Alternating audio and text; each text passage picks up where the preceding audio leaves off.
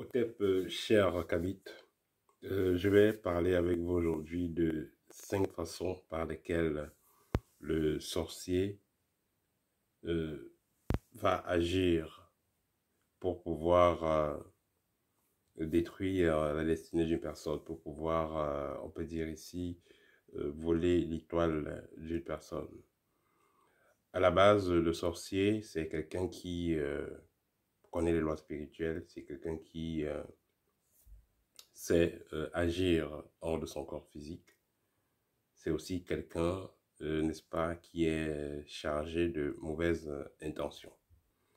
Alors, le sorcier, pour pouvoir nuire à autrui, pour pouvoir voler l'étoile d'autrui, il va généralement utiliser 5 formes d'attaque. Ici, je parle directement des attaques, dans les cas les plus simples.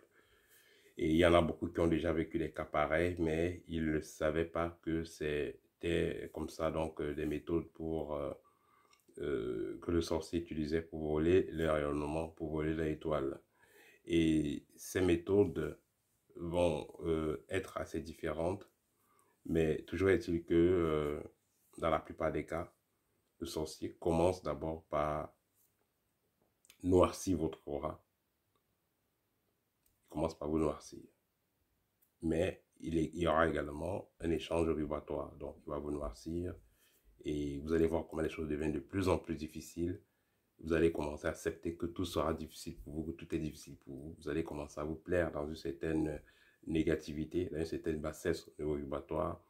Et à ce moment-là, il pourra donc récupérer la lumière que vous avez parce que vous-même, vous n'en êtes plus conscient et quelque part, vous n'en voulez même plus. Alors, à la base, le sorcier peut commencer donc par quoi? Vous avez par exemple les gens qui rêvent tout le temps, ils sont en train de manger dans la nuit. Dans les rêves, quoi. Vous avez votre oncle ou votre tante qui ne vous invite pas chez elle manger physiquement, ou parfois même vous invite à manger physiquement, mais tout le temps, vous voyez, on va vous donner à manger. Parfois, vous ne voyez même pas, parfois, vous êtes seulement en train de préparer. Ça, c'est pas du tout bon, parce que là, c'est une façon pour le sorcier de salir votre aura. Et quand l'aura est sale, automatiquement, vos corps, ce qui ne fonctionne plus bien, vous commencez à avoir des difficultés dans la vie. Et quand vous aurez des difficultés dans la vie, plus vous en aurez, plus vous êtes facile, plus vous êtes faible, et plus c'est facile pour lui de terminer le travail, donc retirer votre lumière. Alors, il y a des cas, par exemple, de couche de nuit. Vous allez voir généralement les attaques, c'est quoi? Repas de nuit, après couche de nuit, repas de nuit, couche de nuit. Les couches de nuit, ça vient généralement compléter les repas de nuit. C'est-à-dire que la personne vous a déjà fait manger, vous êtes déjà faible, vous avez un dysfonctionnement au niveau énergétique et il vient faire une couche de nuit. La couche de nuit, c'est un échange direct, un échange énergétique direct, un contact direct entre vous et ce sorcier-là. Donc, il peut donc entrer en vous pour tirer cette lumière et parallèlement, il va entrer en vous pour déposer donc sa saleté qui va faire que vous allez commencer à mal fonctionner. Vos corps subtils vont mal fonctionner, vos chakras, vos centres énergétiques vont mal fonctionner et lui, il absorbe donc cette lumière-là par ce contact physique. Ensuite, il y a des cas où, par exemple, vous pouvez rêver qu'on vous donne de l'argent. Il y a un jeune homme qui m'avait contacté il y a cela 1 an, je pense.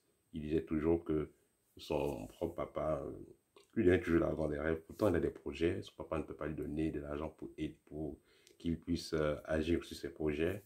Son papa ne peut pas lui donner de l'argent concrètement pour qu'il résolve ses problèmes. Mais dans les rêves, toujours, son papa lui donne de l'argent. Et surtout, même quand il a, comme ça, quand il a l'attente de l'argent, peut-être qu'il a investi dans un projet, il attend un salaire, ou bref, une paie après une prestation de service. C'est là qu'il rêve que son papa lui donne l'argent. Et après quelques jours, on lui fait comprendre que bon, voilà, l'argent n'est pas arrivé, ou bien qu'il y a des blocages, l'entreprise ne peut pas payer. Donc, c'était des trucs qui arrivaient généralement chez le jeune homme avant qu'il ne, avant que je lui fasse comprendre que bon, voilà, ça c'est un vol d'étoiles, il faut faire attention par rapport à cette personne-là. Quand il arrive qu'un proche dans votre famille, un parent et tout ça agissent pour vous faire du mal, notez que c'est pas toujours du mal en tant que tel dans le sens où, comme on dit, ce qui nous tue pas le rend plus fort. C'est vrai que ça pourra vous faire mal dans un premier point, mais quelque part aussi, ça vous fait comprendre que vous avez encore à travailler et que vous devez faire attention à certaines choses. Une fois que vous avez compris cela, même si c'est le parent, même si vous êtes connecté par le sang, il ne pourra plus vous nuire. Ensuite, nous avons les cas où des personnes vont se voir arracher des objets particuliers. Peut-être on vous arrache des chaussures, peut-être on vous arrache la montre, peut-être on vous arrache un stylo. Voilà, ces rêves où on vous arrache des objets, c'est des rêves aussi qui prouvent que, voilà, on essaie de voler votre étoile. Et pour finir, il y a des rêves à voir. Les gens vous disent qu'ils ont rêvé, on est venu pisser sur eux, on a déféqué sur eux, ils ont senti des odeurs bizarres dans la maison, ou près du lit qu'il y avait des odeurs et tout ça. Là aussi, c'est une méthode utilisée par le sorcier pour pouvoir, comme j'ai dit, voler votre étoile. Il commence toujours par d'abord vous assombrir, vous noircir, ça vous fait baisser en vibration. Vous assombrir, repas de nuit, voilà, on vous touche, on vous touche et tout ça, ou même couche de nuit. Ça, c'est pour d'abord baisser votre taux vibratoire. Et ensuite, ça va généralement avec les couches de nuit. Pourquoi? Parce que ça sera donc pour le sorcier une finalité, une façon de faire une finition. Parce que là, il a commencé à baisser vos énergies, baisser votre fréquence. Votre aura est bien plus faible. Là, il peut maintenant jouer avec vous comme il veut. Et là, maintenant, il fait le contact physique où il finit ce qu'il a commencé. Donc, il absorbe cette lumière-là et vous laisse la saleté. Voilà. Donc, ça, c'est quelques méthodes comme ça que le sorcier utilise pour pouvoir voler votre étoile. Alors, si vous avez un cas pareil et vous voulez en savoir plus, vous pouvez prendre rendez-vous avec moi pour une consultation.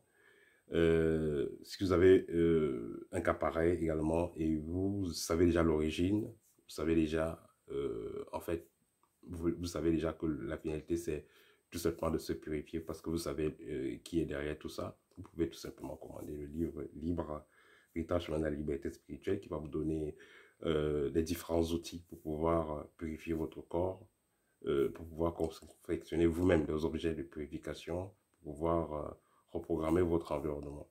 Parce qu'il faut noter que il y a des moments où on a un taux vibratoire haut, il y a des moments où on a un taux vibratoire bas. Et il y a des objets donc, que vous pouvez utiliser qui vont vous permettre, qui vont vous servir de point banque, qui vont vous permettre donc de garder un certain taux vibratoire dans votre environnement et autour de vous. Ce qui fera que voilà, vous serez un peu plus renforcé énergétiquement et serez comme ça donc à l'abri de certains problèmes. Voilà, c'était tout pour aujourd'hui. À très bientôt. N'hésitez pas à me contacter pour une consultation ou pour les livres libres à donner ou guides pratiques. Au TEP et à très bientôt.